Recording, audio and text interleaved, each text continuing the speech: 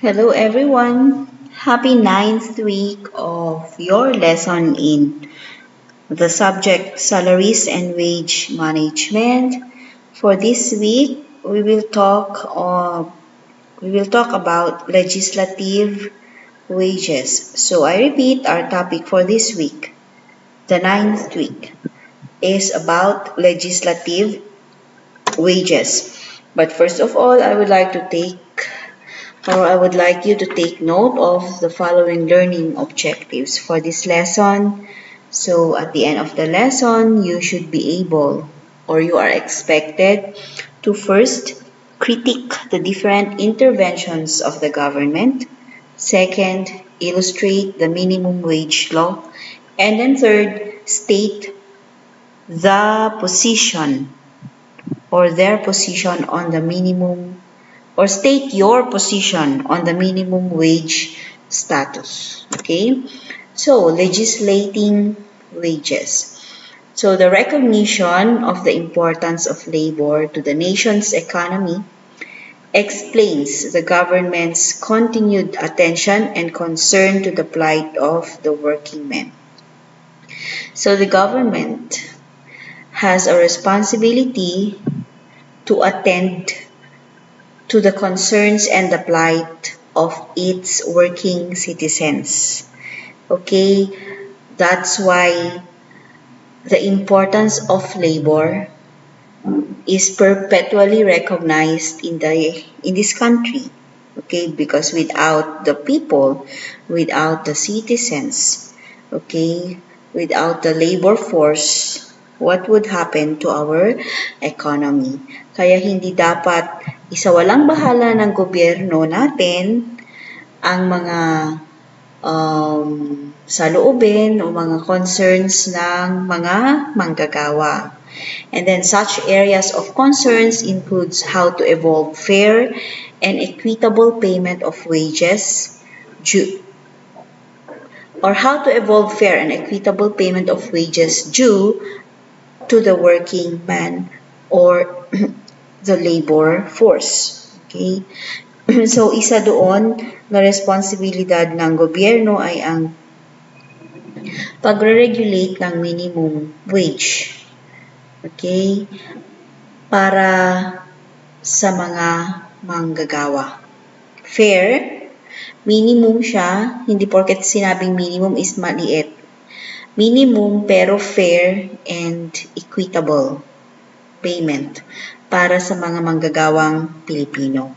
And up to this end, a number of social and labor legislations have been enacted, particularly those relating to wages. So kaya hanggang ngayon, marami at patuloy pa rin ng may mga laws na na-enact or nagagawa para sa ikabubuti ng manggagawang Pilipino.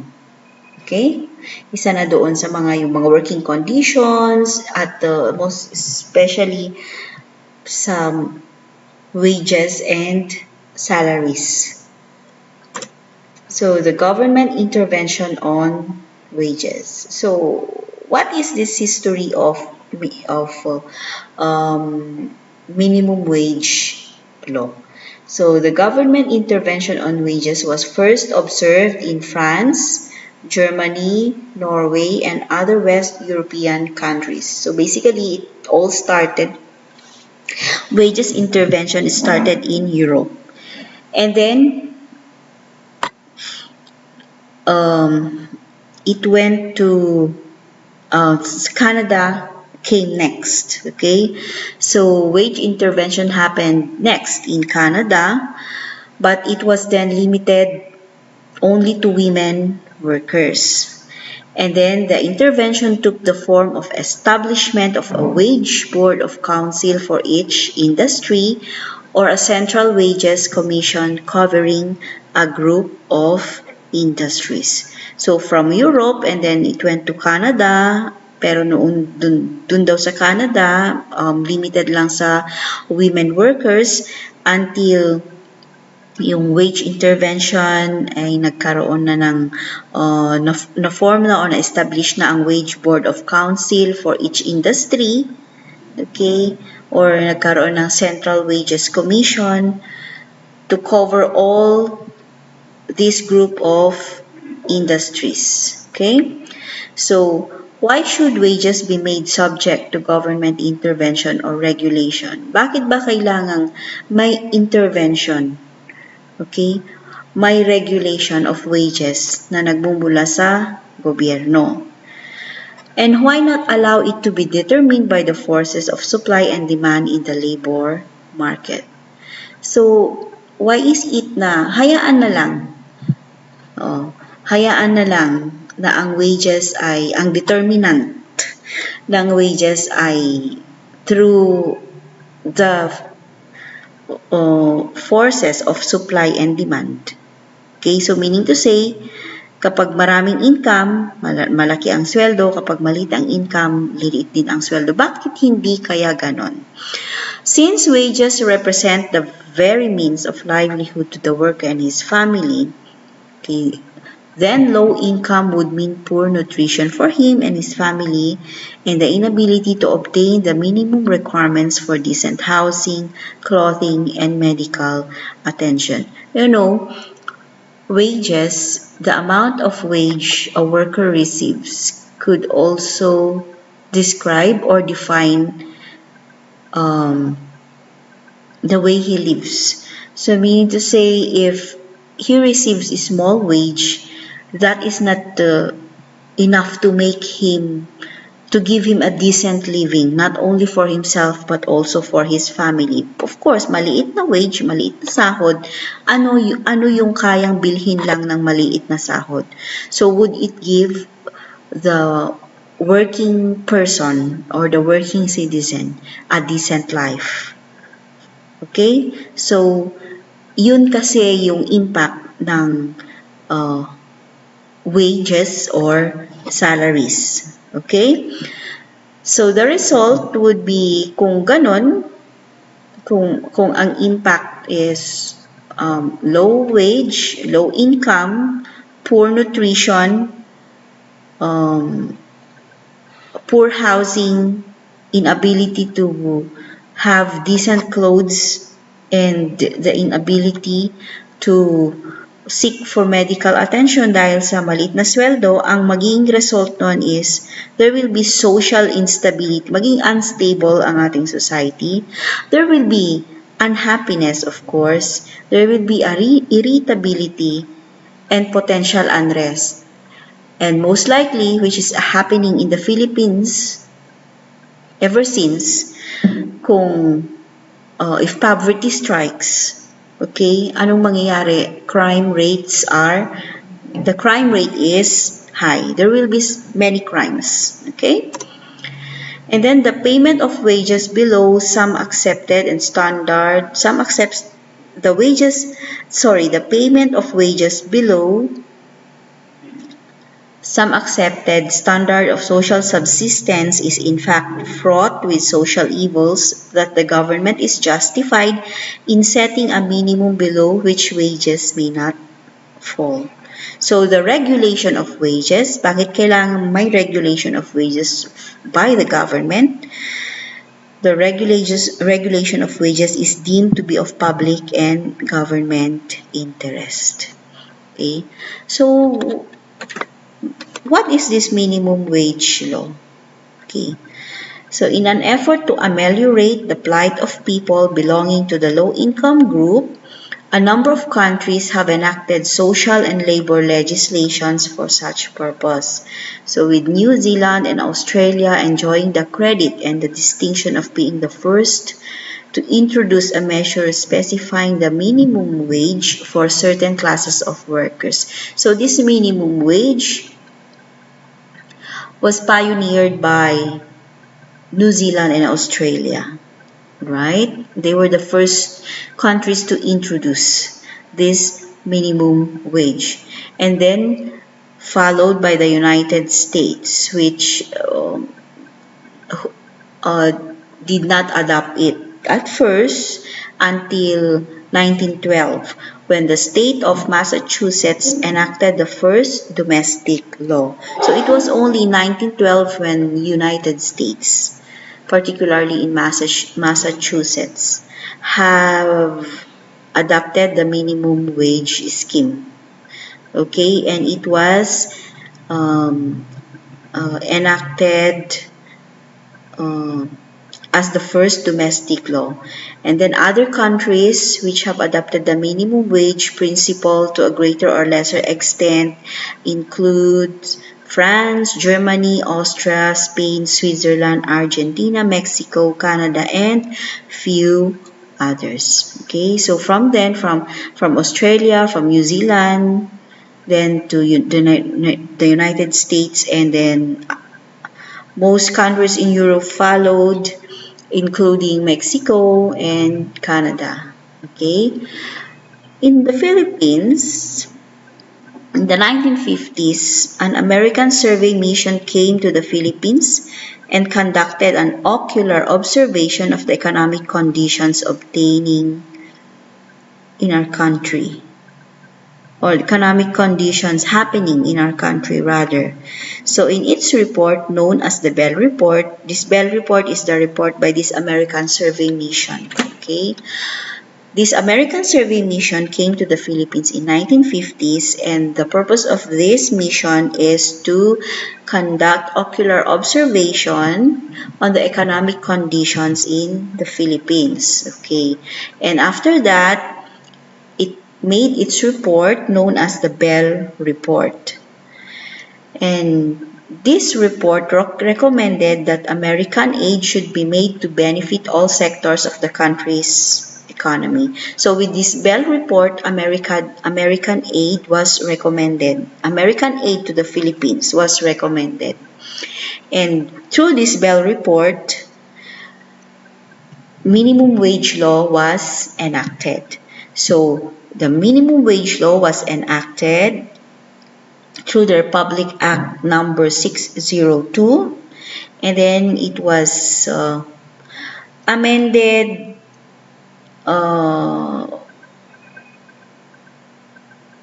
through RA 4180 that took effect on April 21, 1965.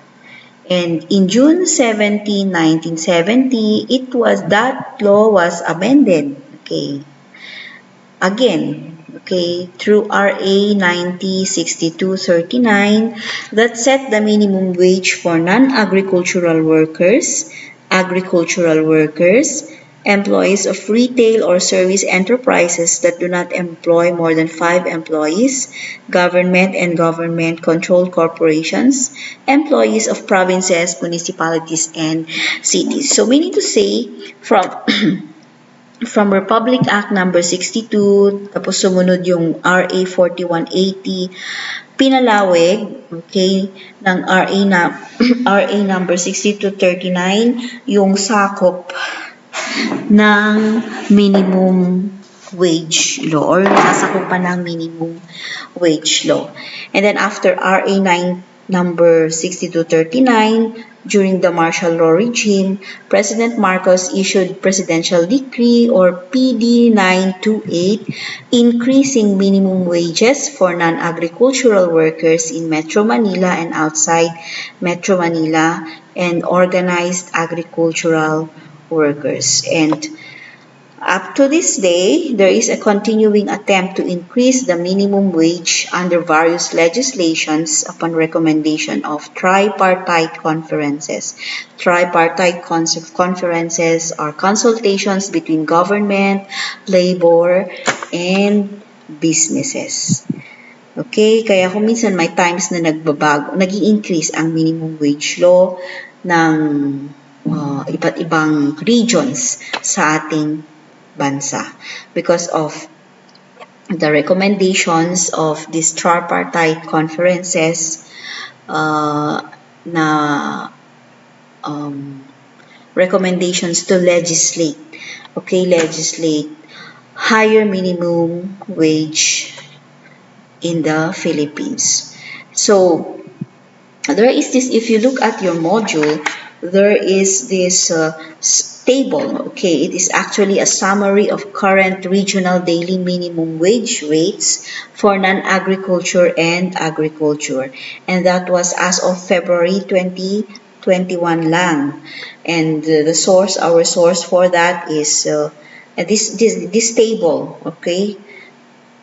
Table of summary was taken from the National Wages and Productivity Commission of the Department of Labor and Employment. Please see the table representation in your module. Okay. If you look at it, we have region NCR. Okay. Open your module, please. NCR, wherein the wage order number and or date of issuance was on October 30, 2018. Alright? So it was issued, or the wage order was issued on October 30, 2018. But then, the date of effectivity, kung kailan siya ipapatupad, only started in November 22, 2018. So, for non-agriculture, okay, makita nyo sa table, for non-agriculture, under the table, ang minimum wage for non-agriculture workers sa region ng NCR should range between 500 pesos to 537. So, below 500 pesos is hindi makatarungan. Hindi siya under the minimum wage law. So, ngayon, ang gagawin, pwedeng ireklamo ng worker yung kumpanya kung sakali. Okay? Kasi, dapat 500 to 537, 500 and above, sabihin na natin 500 and above ang required na minimum wage sa NCR during that time, okay, for non-agriculture workers. And it should be 500 to 537 pesos. Hindi siya bababa dapat sa 500. Okay? And then for non-agriculture, may plantation at may non-plantation dyan, it should not go down, okay, or it should not be less than 500 pesos. So, can you follow the table now? Okay, let's go to the second row. We have the Cordillera Administrative Region. So, the work order number is 20 and the date of issuance and the order was issued on October 1, 2019. And it is effective on November 18, 2019. So, na-issue yung order on October 1, pero ang effectivity niya is on November 18, 2019. Now, for non-agriculture, ang minimum wage should range from 340 to 350. So, meaning to say, hindi siya bababa dapat ng 340. Kung mas lampas pa sa 350, bahala na yung employer doon. Basta hindi siya bababa dapat sa 340. For plantation naman, agriculture, under plantation, 340 to 350 ang range ng minimum wage. And then for non-plantation, 340 to 350 din. Basta tandaan, pag minimum wage, hindi siya bababa sa yung minimum na amount na sinabi doon. Alright? Kung lumampas man yan, bahala na yung employer doon. Basta hindi siya dapat bababa doon. So, naintindihan kung paano intindihin yung table na nandyan sa module ninyo. Okay? The summary of current regional daily minimum wage rates for non-agriculture and agriculture as of February 2021. Okay, and then that data was taken from the National Wages and Productivity Commission of the Department of Labor and Employment. Okay, so you read that table. And then what about this 13-month pay? Ano naman ang 13-month pay? So 13-month pay, to further protect the level of wages from inflation, sa pagbaba, Okay. PD or Presidential Decree 851 was promulgated that provided for the payment of the 13-month pay not later than December 24 of every year. Okay? So, ang 13-month pay should be given to the workers not later than December 24, right? Of the calendar year. So, for instance, yung mga empleyado ngayon, makakatanggap sila ng 13-month pay before December 24 of this year. Okay? And the 13th-month pay means 1/12 or 1/12 of the basic salary of an employee within a calendar year. Okay? Or that is equivalent to the 1 month salary of the employee. So 1/12 of the basic salary of an employee within a calendar year. Yun yung matatanggap na 13-month pay ng isang employee. Alternatively, the 13-month pay may be paid in 2 halves. So pwedeng hatiin. And it could be paid in 2 gives, parang ganon. Mid-year, sa kalagitnaan ng taon, or on before the 24th of December. So, pwedeng ibigay ng employer ang 13-month pay mid-year, kalagitnaan ng taon, which is May. Okay? May, June, mga ganon. At sa December. Okay? And then overtime pay, earnings, and other remunerations which are not part of the basic salary are not included in the computation of the 13-month pay. So lahat pan allowances, other extra pay na natatanggap ng employee is not included in the computation of the 13-month pay. So meaning to say, pag pumasok ka sa isang kumpanya and your basic pay is 10,000 pesos, okay, yun yung starting salary mo, yun yung basic pay mo. 10,000 pesos. Wala pa doon, halimbawa may travel allowance ka, may cola ka, may food allowance, halimbawa may clothing. Hindi kasama doon ang 13-month pay. Ang i-compute lang na 13-month pay mo is yung 10,000 pesos. Okay, 10,000 pesos times 12 yun. Yun yung basis, yun lang ang basis sa basic pay mo lang kukunin. So, how to compute 13-month pay? Look into this one. So, here is the basic 13th-month pay formula in the Philippines. So, 13-month pay is equivalent to total basic salary minus total of salary deduction equals 12. This 12 here represents the number of months in a year. So, 12 months ito. So, 13-month pay. For instance, your total basic salary is 10,000 pesos per month. And let's say in 12 months, nakakatanggap ka ng salary. So, 10,000 times 12, yun yung total basic salary mo. Okay, so, or let's say 10 months. So, 10,000 times 10 is 100,000 pesos. Minus total of salary deduction, yung mga absences mo, yung mga late mo, yung mga undertime mo. Halimbawa, ang total salary deduction mo for the year is nabuo lahat na 2,000. So, or 5,000, let's say. So, yung 100,000 pesos na total ng basic salary mo, i-deduct doon yung salary deduction mo dahil ikaw ay nag-absent, ikaw ay na-late, ikaw ay nag-undertime na 5,000. So, magiging 95,000 yon, diba? 100,000 divided by 5,000. This is throughout the whole year na to ha. Okay, hindi month. Divided by 12. Kung ano man yung lalabas na sagot, yun yung magiging, or yun yung matatanggap mong 13-month pay mo. So, for instance, di ba sabi ko kanina, ang total pay mo for the year is 100,000 pesos. Kasi ang basic pay mo is 10,000 at nasweldohan ka for 10 months.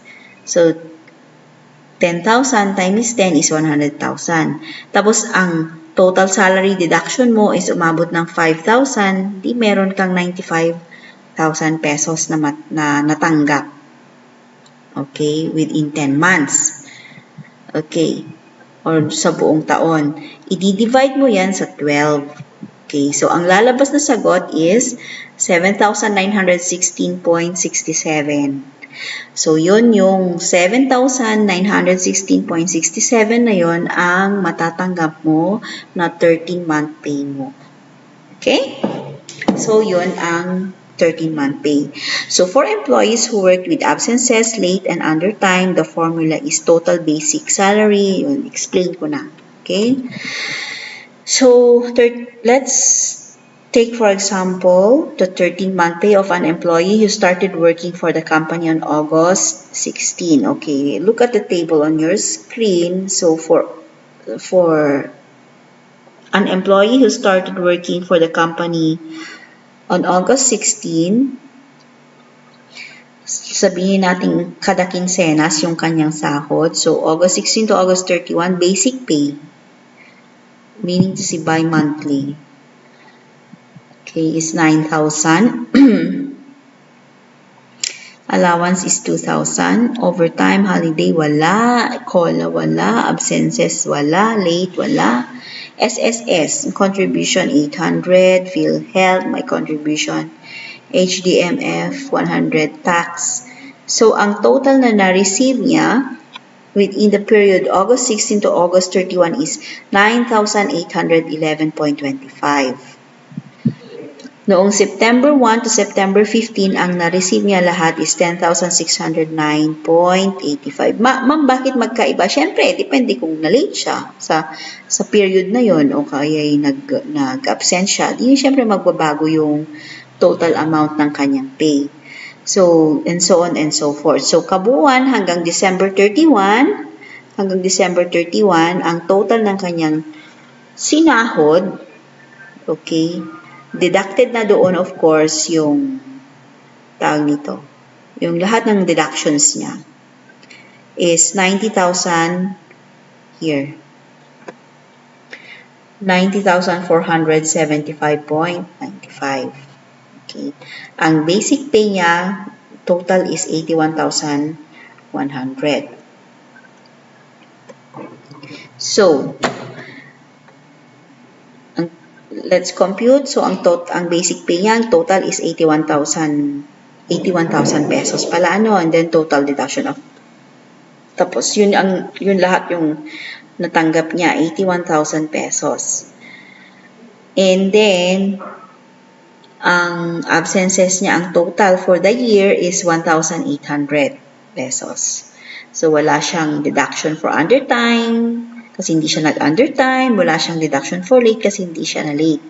So, to compute for his 13-month pay, so 81,000 pesos, total basic pay na natanggap niya, minus the 1,800 na deduction niya for his absences, divided by 12, is equal to 6,600 pesos. So, yung 6,600 pesos na yan, okay, ang matatanggap niya as his 13-month pay.